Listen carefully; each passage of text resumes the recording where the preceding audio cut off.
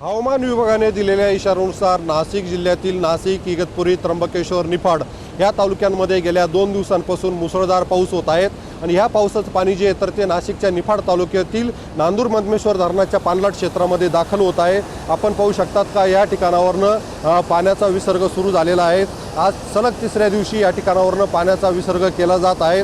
एकंदरीत या 5 पैकी 4 वक्राकार गेटमधून या ठिकाणावरनं 15,258 क्युसेस पाण्याचा विसर्ग जो आहे तर तो आता या ठिकाणावरनं थेट गोदावरी नदी पात्रातून जायकवाडीच्या दिशेने सुरू आहे। आज सलग तिसऱ्या दिवशी सुद्धा या ठिकाणावरनं विसर्ग सुरू असल्याने या पावसाच्या हंगामामध्ये 0.80 TMC पाणी इतकं जे तर ते आज सकाळी 6 वाजेपर्यंत विसर्ग करण्यात आलेला आहे।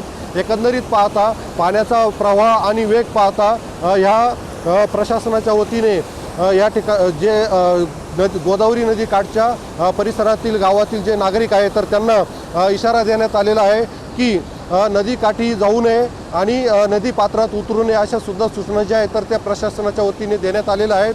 आणि या ठिकाणी जर आपण बघितलं तर सायखेडा, चांदोरी, करंजगाव, शिंगवे या गावांना फटका बसू नये यासाठी ह्या मोठ्या प्रमाणात या ठिकाणावरून हा विसर्ग सुरू आहे।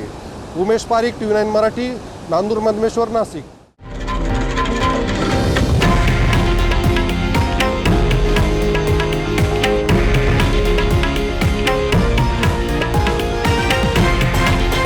हे आहे देशातील नंबर 1 न्यूज नेटवर्क आणि आपण पाहत आहात TV9 मराठी, एकमेव।